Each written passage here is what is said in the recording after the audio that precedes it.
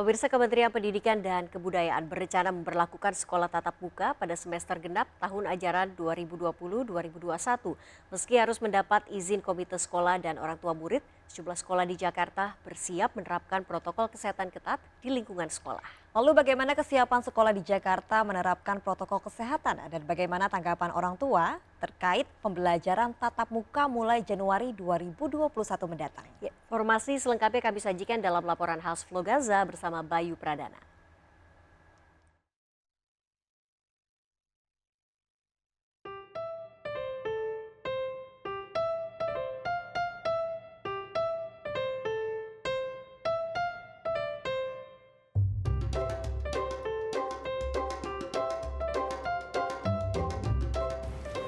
Kementerian Pendidikan dan juga Kebudayaan berencana untuk memberlakukan kembali proses belajar dan juga mengajar secara tatap muka yang rencananya akan digelar pada 2021 semester genap mulai Januari. Tentunya dengan persyaratan yang ketat, ini setelah 60 juta siswa di seluruh Indonesia terkena dampak pandemi dan harus mengikuti proses belajar dan mengajar secara daring mulai Maret 2020. Pembelajaran daring selama 9 bulan bukan tanpa persoalan. Ada beberapa resiko yang dialami anak-anak dengan pembelajaran daring.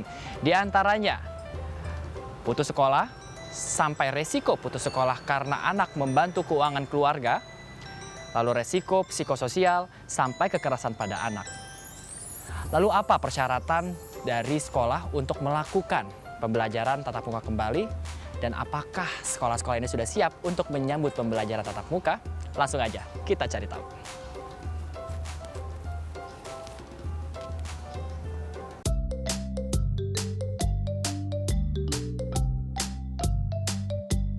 Pemberian izin pembelajaran tatap muka tidak lagi didasarkan dari zonasi resiko dari Satgas Penanganan COVID-19.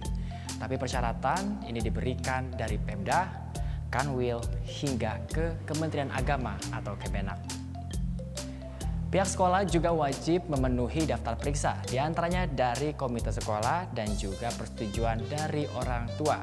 Nantinya apabila ada orang tua siswa yang tidak setuju dengan pembelajaran tatap muka langsung, maka pihak sekolah wajib menyediakan layanan pembelajaran jarak jauh bagi peserta didik.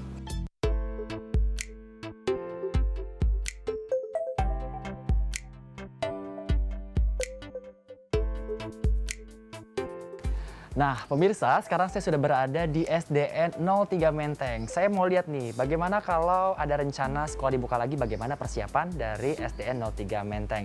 Kebetulan sudah ada Pak Edi di sini. Halo Pak, bagaimana kabarnya Pak? Baik Mas. Baik ya, Alhamdulillah. Pak, ada rencana sekolah akan dilakukan tatap muka kembali tahun depan gitu.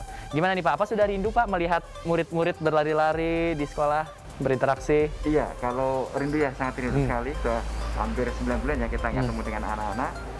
Memang beritanya seperti itu. Tapi memang kita belum tahu pastinya Mas ya. Jadi sekarang kita hanya menyiapkan persiapan untuk rencana itu. Untuk hari ini hanya 4 orang. Hanya 4 orang. Jadi porsi ini yang 3 meter hanya 2. Ujung sama ujung ini ada larangan ya. Oke. Nah ini biasanya banyak anak pada baca. Ini hanya 4 orang. Ini 2, sana 2. Sana juga seperti itu. Yang pasti juga seperti di perpustakaan, tempat ibadah juga. Perpustakaan, musola, termasuk tempat anak menunggu olahraga juga udah kita atur jaraknya biar mereka tidak berkerumun. Jadi memang sudah dipikirkan bukan hanya untuk aktivitas belajar, tapi juga di mana mereka mungkin akan berinteraksi satu sama lain. So kita pakai ditermogan ya, berapa suhunya, langsung mereka cuci tangan di bagian depan. Baik. Nanti baru mereka mungkin bisa masuk. Pun sekolah sudah menyiapkan hand sanitizer, terus masker juga cadangan 2 kali lipat dari jumlah guru dan tenaga pendidikan, termasuk face shield juga sudah kami face shield atau penutup wajah seperti itu Pak ya. Jadi segala upaya dilakukan agar walaupun belajar mengajar tatap muka dilakukan, ini tetap menjaga keselamatan dan kesehatan murid dan juga tenaga pengajar ya Pak ya. Betul Mas. Luar biasa. Yang pastinya kita juga sama-sama doakan semua berjalan lancar Pak nantinya Pak ya. Amin, ya. Terima kasih Pak Edi. Sama-sama. Terima kasih. Dan kalau seperti itu persiapan dari sekolah negeri SDN 03 Menteng, salah satunya bagaimana dengan persiapan sekolah lain ya? Langsung saja kita cari tahu.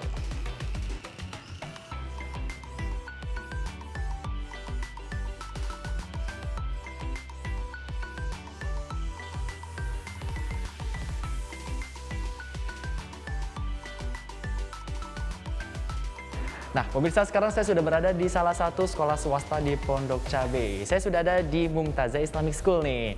Saya mau tahu bagaimana persiapan dari Mumtazah Islamic School ini apabila nantinya sekolah tatap muka ini diadakan lagi. Nah, kebetulan saya sudah janjian dengan Pak Kolimi. Assalamualaikum Bapak. Ya, gimana Pak kabarnya Pak? Alhamdulillah baik. Alhamdulillah. Pak, ada rencana untuk mengadakan kembali sekolah tatap muka gitu. Untuk Mumtazah Islamic School nih, kira-kira seperti apa Pak persiapannya? Oke, jadi untuk Mumtazah Islamic School memang kita diposisikan atau memposisikan diri untuk siap dengan berbagai macam kondisi, termasuk kemarin ketika pembelajaran kita beralih dengan sistem daring, kita persiapkan dengan platform dengan sistem dan sebagainya. Dan ini ada wacana dan kemarin Pak Menteri sudah mewacanakan untuk ada tatap muka. Kita pun demikian, kita sudah siapkan dari sisi sarana prasarana. Tentunya bukan hanya sarana prasarana dan kesiapan di sekolah saja, berbagai macam elemen pun kita pasti akan pertimbangkan. Ini salah satunya kita sudah ada di ruang kelas nih Pak. Betul. Contohnya. Boleh kita lihat nih Pak seperti apa? Ya. Jadi seperti ini adalah meja yang digunakan untuk siswa-siswi nanti belajar. Betul. Memang satu siswa satu siswi ini adalah satu meja Pak ya? Betul.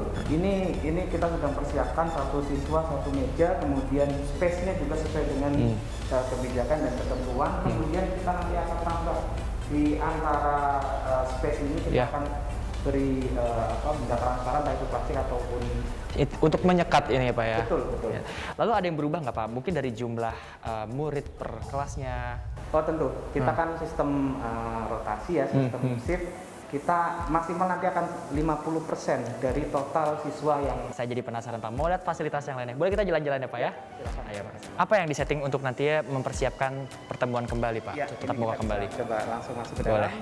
Nah, ini kita sudah siapkan untuk safnya sendiri, kita sudah kasih pembatas, kemudian sajadah yang biasanya kita siapkan untuk saat nanti itu siswa menyiapkan sendiri, membawa sendiri dari. Jadi selain safnya dijaga, juga diwajibkan para siswa ini membawa alat ibadahnya sendiri, seperti itu.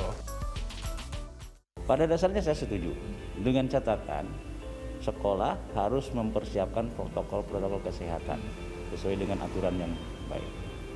Kemudian juga masyarakat pun dengan adanya demikian ini sudah sangat lelah menangani anak-anak di rumah.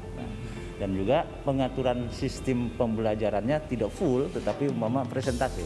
Kurang ini, menurut saya. Jadinya orang tua jadi kayak full juga ngajarin anaknya. Dan kebanyakan kayak saya, ibu tuh jadi yang emosian kan jatuhnya. Jadi gak sabaran ya Mbak ya? Mbak, lalu harapannya untuk pemerintah mungkin buat anak-anak ke depannya gitu. Pandemi itu untuk penyesuaian. Akan datang seperti apa sih Mbak? Mungkin lebih ini lagi ya, kayak konsep-konsepnya lebih diperbaiki lagi. Suatu sekolah harus mendapat keputusan bukan hanya Pemda, tapi kepala sekolah dan komite sekolah. Komite sekolah adalah perwakilan orang tua di dalam sekolah. Jadinya kuncinya ada di orang tua. Dimana kalau komite sekolah tidak membolehkan itu sekolah buka, sekolah itu tidak diperkenankan untuk buka. Tapi ini diberikan haknya kembali untuk Pemda menentukan mau sekolah-sekolah mana yang boleh apa tidak. Alasan kita melakukan ini adalah berbagai macam permintaan dari pemerintah daerah bahwa sebenarnya alokasi per kabupaten itu sangat terlalu besar. Sehingga mereka mungkin punya desa-desa, kecamatan-kecamatan atau kelurahan-kelurahan yang menurut mereka aman dan sangat sulit melakukan PJJ, yang menurut mereka sudah mulai bisa melakukan tatap muka. Walaupun dimulai dari screening dari siswa itu dan termasuk guru dan staf yang memang tidak berisiko, tidak punya komorbid. Kemudian juga di sekolah sudah fasilitas sudah disiapkan dari mulai terutama jadi aspek masker, cuci tangan, kemudian menjaga kapasitas dari kelas yang diusahakan setengah dari yang umumnya biasanya.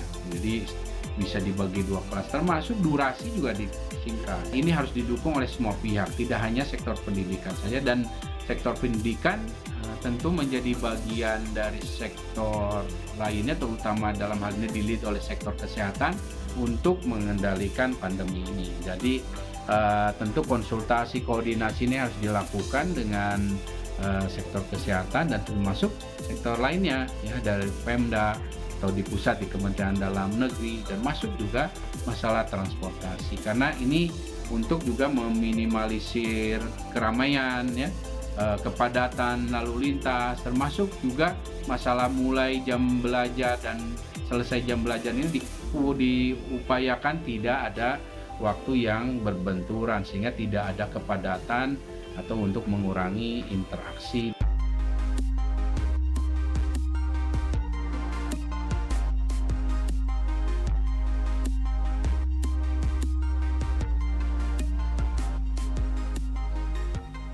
Dimanapun kita beraktivitas, ada baiknya penularan COVID-19 ini tetap harus kita waspadai. Menyambut pembelajaran tatap muka kembali, ada sejumlah hal yang harus diwaspadai oleh para siswa. Di antaranya, tetap mematuhi 3M dimanapun mereka berada.